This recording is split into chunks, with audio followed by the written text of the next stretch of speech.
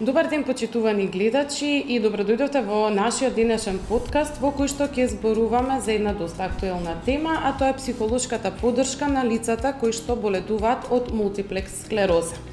Во нашиот денешен подкаст гостин е господја Наташа Митровска, која што е лиценциран психолог од Психолошката асоциација и здружение Концепција.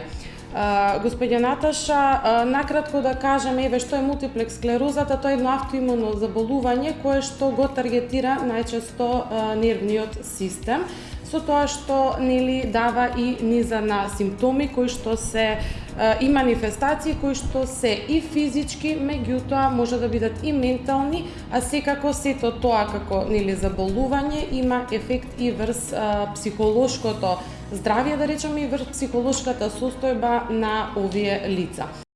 Стресот е еден од клучните фактори и за појава, меѓутоа и за влошување и релапси на болеста.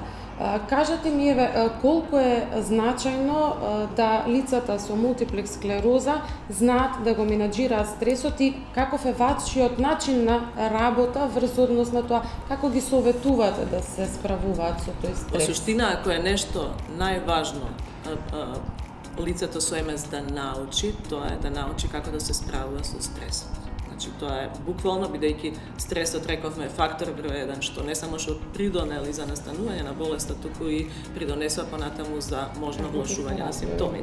И затоа, значи, целта на психолошката поддршка е токму тоа, да се пронајдат причинителите на стрес, да се идентификуваат што полесно, и затоа ние имаме специјални техники, методи, стратегии на кои што ги учиме на клиентите, и тие научуваат како полесно да го менаџираат стресот, затоа што ние сите сме изложени на стрес, нели? Не можеме да ги сосема да ги елиминираме изворите на стрес. Дефинитивно. Меѓутоа, овде зборуваме за да нема продолжен или интензивен стрес, бидејќи тоа е тој што ќе доведе до влошување. Не некој секојдневен обичен стрес. Меѓутоа, нели, лицата со МС мораат да внимаваат. И самото сознание за диагнозата веќе од еден тип на стресоген фактор. Затоа што нели рековме, им се менува целиот како да прифатат живот, практично, да. Потребно е, најдено дека е потребно година до 2 додека лицата со МС се адаптираат на ново настанатата состојба и да можат да ја прифатат. Значи да се соочат дека да, ја имам диагнозата, сега што треба да правам. Значи да се надмина на чувство на тага, на жалост. Што сакав да ве прашам, убаво веќе начнавте, значи покрај стрес.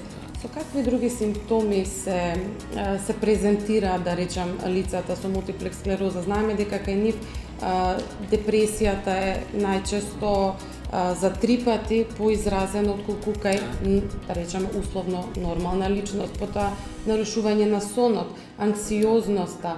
Со што се како симптоматологија они се пријавуваат и ја бараат вашата психолошка поддршка? Значи, најчесто се работи за тие стравови, помали или поголеми, стравови од неизвестноста, од неизвестната иднина. Стравот од настанување на некои следни симптоми или влошување на симптомите. Потоа доаѓа до чувства на лутина, некојаш и на бес, зошто мене ми се случува ова. Со што јас придонесов, значи чувство на вина. Зошто сум јас виновен па мене. Да, чувство на само обвинување или обвинување на другите или на околностите, негирање некогаш на самата состојба, на самата ситуација, одрекување, во смисол, нели, потиснување. Значи минуваат практично низ неколку, да ги речеме така, психолошки фази, додека дојдеме до крајната цел на прифаќање на самата состојба. И дури тоа прилагодување, нели, зависно од тоа колку често или дали воопшто се појавуваат релапси, влошувања. Затоа што релапси може да не се појават после првите симптоми, може со години натаму да не се појави релапс.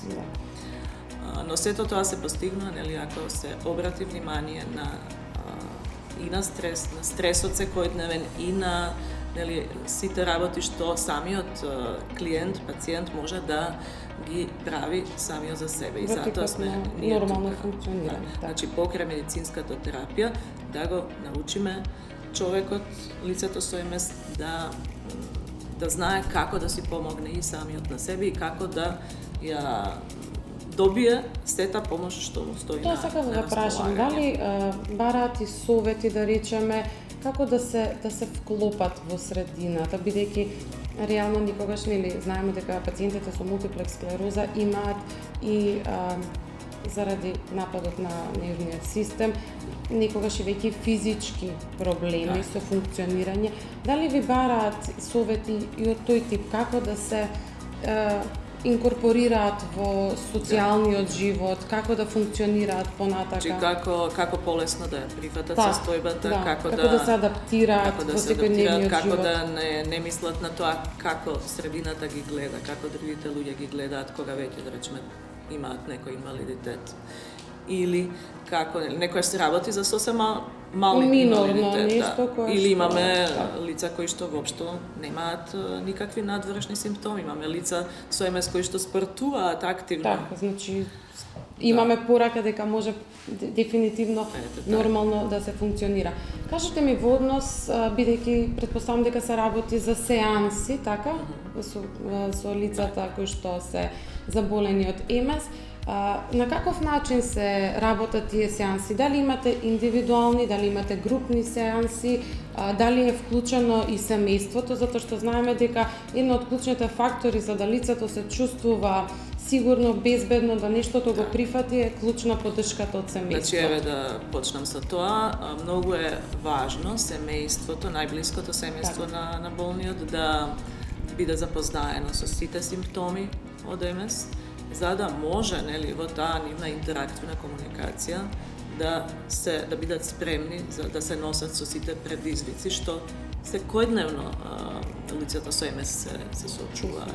Значи влошување на некој симптом или ако веќе настанат некој инвалидитет, нели тука мора да биде околу него семејството. Значи има потреба и од семејството да биде вклучено значи, треба да биде овие едуцирано и психолошки, семејството. Ние сеанси. имавме исто така на некои настани од МС, во деновите на МС имавме и брошури некои каде што и семејствата и нели воопшто граѓаните треба да се запознаат со да ги освестиме, да ја подигнеме свеста за тоа каква болест е МС, со какви проблеми се соочуваат луѓето и да нели придонесеме да тие се вклучат, да бидат вклучени во општеството и понатаму. Без стигматизација. Без стигматизација, затоа што нели може да дојде до да работат скратено време или да ја изгубат работата или самите да ја напуштат работата бидејќи веќе не се чувствуваат способни. Значи знае да дојде до губење на одредени способности. И тука психолошката поддршка е многу важна за да научи лицето со МС како да ја прифати состојбата и да прифати дека некои работи не може да ги прави како порано. И нели она да не иде со глава во зид некогаш па да пробува упорно и тврдоглаво да се држи до истите начини на правење на некои работи. Дека може да се адаптира и дека тоа нема да биде веќе исто, меѓутоа можеби некојаш ќе мора да се откаже од некоја активност, но има начин како да научи нешто друго. Ова зборуваме кога е, нели, ако е прогресивна кога имаме форма, прогресија, релапси. Во однос на сеансите, кажете ми како се одвиваат индивидуални, групни сеанси, какво е вашето искуство? Или како сега работам индивидуално со лицата со МС. Може обично се одвиваат онлайн сеансите, бидејќи почнавме во короната 2020 година. И така некако спонтано дојде онлайн да бидат, но и затоа што нели некои од лицата со МС имаат потешкоти со движењето, па нели полесно од дома да работиме. Но имаме можност, Сдруженијето обезбеди и можност нели да работиме лице во лице. Индивидуално се уште. Со физичко присуство. Сега ова проектот што ви го спомнав, тоа беше за иницирање на групи за поддршка да направиме и тие да се одржуваат во некој редовен временски интервал. Одзивот беше, да речеме, бројчано не толку голем, меѓутоа интересно беше што во секој од градовите каде што бевме, нели, забележавме дека во помалите градови стигмата е малце поголема, меѓутоа сепак, како да речем, дојдоа оние похрабрите, оние кои што беа многу добри примери за останатите присутни и па и за оние што не се појавија, може би од разни нивни своји Да, причини. меѓутоа пример со Позитивен пример за пример и да, веќе како да. дури луѓе кои што Дека не е ништо страшно. одат со помагало, Така. нели, или со количка, а сепак дојде на настанот и ги кажаа своите искуства и ќе можевме да видиме дека тоа беа едни од најпозитивните луѓе со најпозитивен став кои што умеа да им го пренесат своето искуство на другите луѓе, нели, бидејќи ние најмногу учиме од примери. Јас можам, нели, да зборувам до 1001, Иако ама не сме примерите, свидетелски, што меѓутоа, викаат така. паталци, Некој личен гаталци, пример, така. да, многу повеќе ќе влие Ќе позитивно значи. на останатите. И затоа се многу корисни тие групи за поддршка, а тие се организираат, значи, и за пациентите, за клиентите со МС и за нивните членовите на нивните најблиски семејства. Едно е литературата, нели, кога ја консултираме и што таа ни кажува, меѓутоа дефинитивно личниот контакт, личниот пример е многу значаен.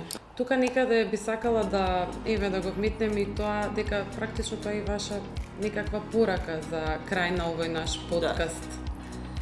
Па еве една порака до лицата што имаат МС, До членовите на сите, Сдруженијето и така. до сите, нели, До воопшто сите лица што со не гледаат. хронични болести, дека е добро, значи да гледаат да се информираат доволно, да гледаат да ја користат сета помош што им е на располагање. Значи Националното сдружение за МС има многу работи што ги овозможува на нивните членови и на членовите И на на нивните членовите на семејства. блиското семејство. Така да сето тоа е, нели, во прилог на зголемување на квалитетот на нивниот живот. За луѓето да сватат дека и со МС, и со таква една диагноза може да се живее нормално, Дека може да се не е живее трагично, квалитетно. дека може да се функционира практично и за лицата кои што се заболени од МС, меѓутоа и за лицата кои што нели си имаат и да И речеме како што- некои други форми на заболување. Како не што само вели еден стручњак МС. за МС, вели дека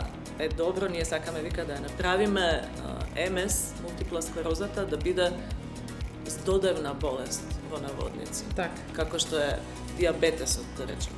Така. Диабетесот пред Имаме еден нормален начин и поглед. Да, Тоа значи пред знаеме неколку дека може генерации да се можело и да се контролира. умирало од диабетес. А денеска ние не можеме ни да знаеме дека е некој диабетичар. нормално функционира. Да, освен има ако не знам достапност седнеме на и терапија. јадеме нешто благо, па он ќе го одбие благото. И Така. така ќе го знаеме, иначе друго ништо не се забележува. Одлична порака за крај.